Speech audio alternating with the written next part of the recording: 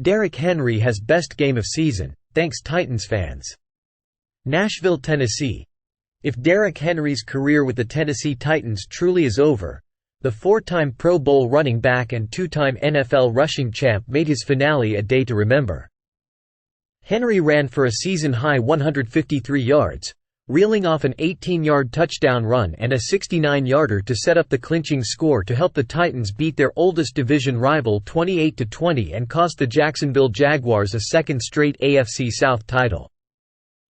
"This is a great way to go out, especially against a division opponent, an opponent that I grew up down the street watching and looking at and following as a kid growing up," Henry said.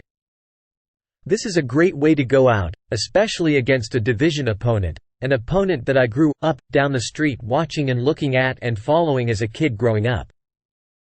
The Jaguars, 9-8, tried to slow down Henry, putting 8 and 9 defenders near the line of scrimmage.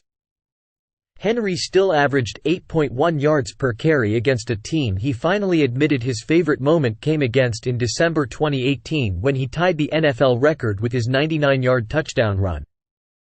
"Oh, man, it says he's the king," Titans cornerback Sean Murphy-Bunting said of how Henry played in the final game under his current contract.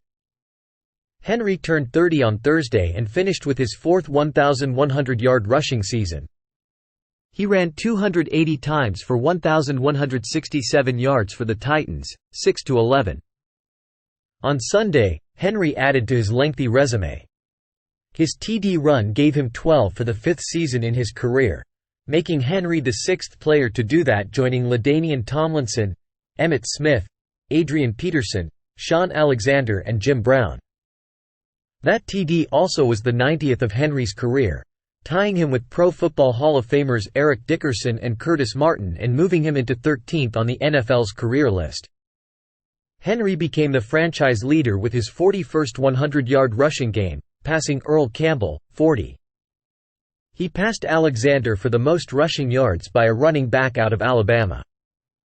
As the last member of the offense introduced, Henry received the loudest ovation pregame. Given a microphone after the win, Henry thanked fans for the "greatest 8 years of my life," before running off with his last name being chanted loudly. He and veteran quarterback Ryan Tannehill spent a moment together in the tunnel before introductions. Tannehill lost his starting job to rookie Will Levis when he sprained his right ankle in mid-October, and he started with the rookie dealing with injuries to both feet. "To see him have the day he had today, it was a lot of fun for me as well," Tannehill said. "To see him have the day he had today, it was a lot of fun for me as well." Tannehill, who turns 36 in July, will be a free agent in March.